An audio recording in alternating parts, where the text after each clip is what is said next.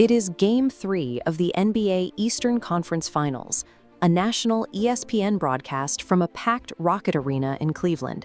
Sitting courtside in the front row is Taylor Swift, alongside Travis Kelce. The broadcast cameras find them during the first quarter. Spotting famous faces in the crowd is a standard, routine practice in sports television. The announcers acknowledge the celebrity, and the game moves on. But when the camera locks in, play-by-play announcer Mike Breen says, "Travis Kelce and his fiancée here at the game." Analyst Richard Jefferson then follows up with, "As Travis and his girlfriend are in the building. That's always great to see." Not once did they say her name. On national television, the most recognized woman in the building was framed as a relational accessory. This happened to a woman who holds 15 #1 albums on the Billboard 200, more than any other solo artist in history.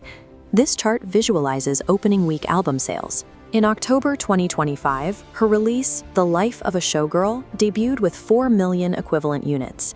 That stands as the largest opening week since Adele released 25, a full decade prior.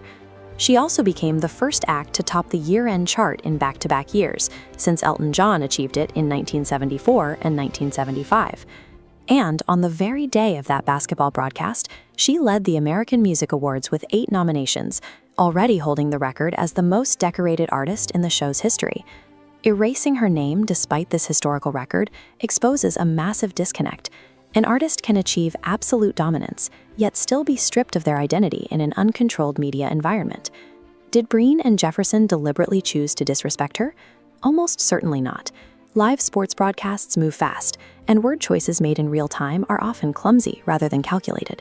You can track the logic. Calling her a fiancée was likely a quick attempt to contextualize a pop culture figure for an audience tuning in strictly for basketball.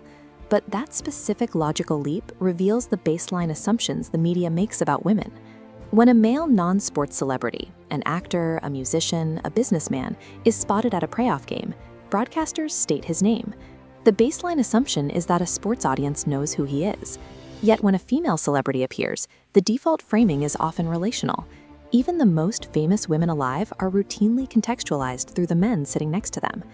The ESPN incident is a highly visible symptom of a broader societal default, one that strips female icons of their individual agency the moment they step into public spaces.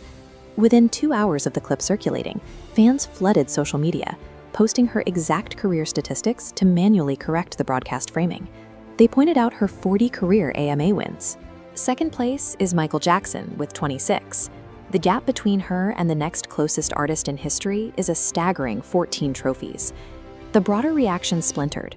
Sports viewers defended the announcers, arguing it was just colloquial phrasing, while critics highlighted the persistent bias in how broadcasters approach her at live events. There is a sharp irony in the timing. Just 2 days before the game, Prince William was interviewed about the upcoming wedding. The future King of England knew exactly who she was by her own name, and even mentioned he was hoping for an invitation. If British royalty recognizes her individual cultural power, the failure of an American sports broadcast to do the same looks less like an accident and more like an archaic relic, a refusal to see an icon as anything more than a relational accessory. This brings us back to the AMAs, happening that exact same night.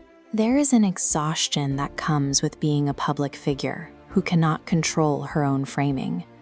In these unscripted spaces, she is defined, questioned, and documented by others without her input. Her absence from the AMAs, despite being the most nominated artist, marks a shift. The one thing she can control is whether she enters these rooms at all. There is something telling about the fact that the definitive artist she is opting out of the arenas that cannot be trusted to treat her as herself. Instead, she is prioritizing quiet dinners in Soho and private moments that are not staged as performances for a broadcast camera.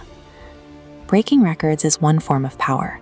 The true cultural dominance is the agency to decide which rooms are worth walking into, and strictly controlling which versions of your public life the world is permitted to consume.